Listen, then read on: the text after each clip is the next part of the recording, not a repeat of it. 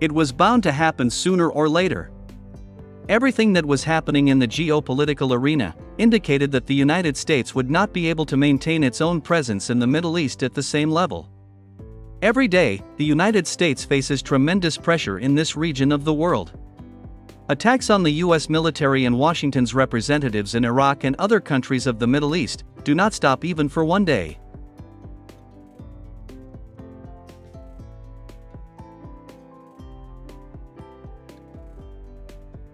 There is an impression that with Biden's rise to power, the process of disintegration of the unipolar empire of the United States has only accelerated.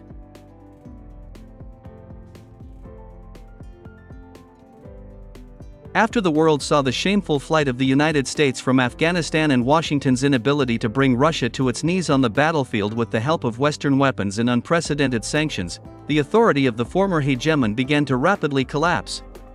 Even Saudi Arabia, being a staunch ally of Washington for many decades, went against the United States.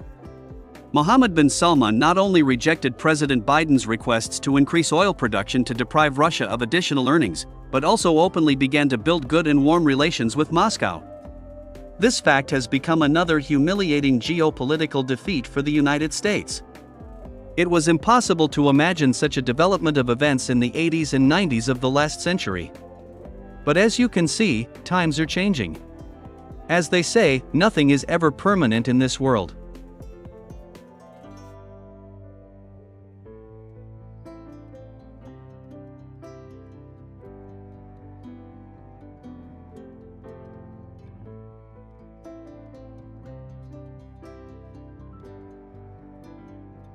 However, instead of somehow correcting the current situation, the Biden administration continued to make unforgivable mistakes that finally destroyed Washington's remaining influence in the Middle East. At the moment, it is safe to say that in the Middle East, only Qatar continues to maintain allied relations with the United States. However, against the background of Israel's destructive behavior in the Gaza Strip, which led to the deaths of tens of thousands of civilians, and Washington's desire to destroy Hamas, the Qatari authorities will also soon have to abandon friendship with the Americans.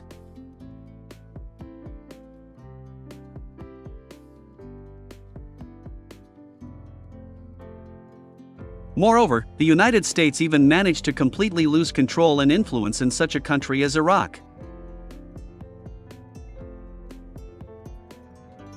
After the overthrow of Saddam Hussein in April 2003, the United States established a puppet government in Iraq, which was supposed not to interfere with the expulsion of Iraqi oil, and to contain the anger of the people against the occupation forces.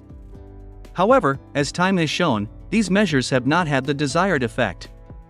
The anger of the Iraqi people increased every year. Dozens of guerrilla movements and liberation forces appeared in Iraq, which began attacking US military bases and Washington's representatives in the Middle East.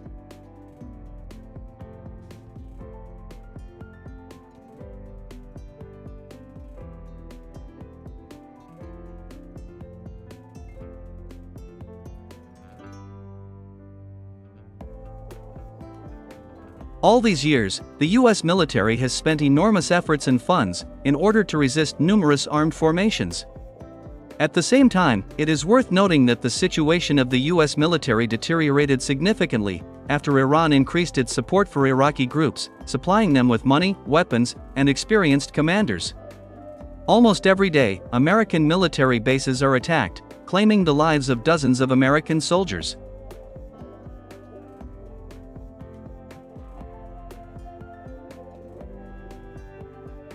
Moreover, after the Israeli invasion of the Gaza Strip, the situation of the Americans in Iraq deteriorated even more. Attacks on US military bases have increased by 5 times.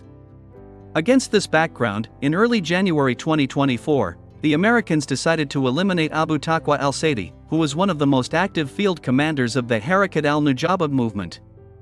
According to preliminary data, it was this field commander who organized the most ambitious and bloodiest attacks on US military bases and Washington's representatives.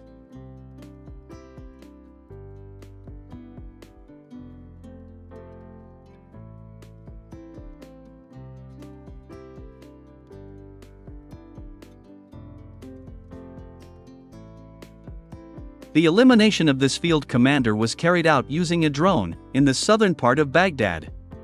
However, unfortunately for the United States, the elimination of Abu Taqwa al-Saadi has not had the desired impact.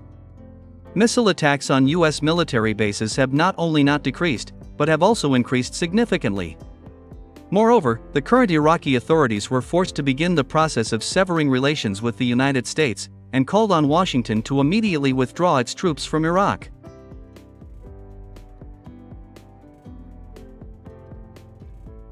It is reported that Iraqi Prime Minister Mohammed Shia al-Sudani has already ordered the creation of a special commission that will begin creating conditions for the withdrawal of U.S. soldiers and other coalition forces from the country.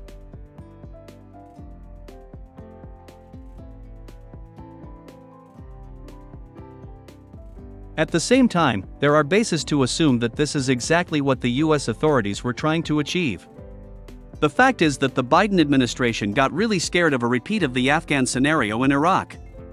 Everything that was happening indicated that the United States would soon be forced shamefully to flee Iraq, as it had done in Afghanistan. And in order to avoid another disgrace, it was decided to withdraw troops at the request of Iraqi Prime Minister Mohammed Shia al-Sudani.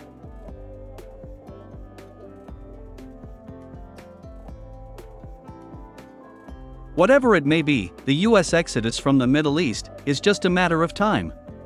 The Americans are doing everything to ensure that the Afghan scenario does not repeat itself in Iraq. And only time will tell whether the United States will succeed or not.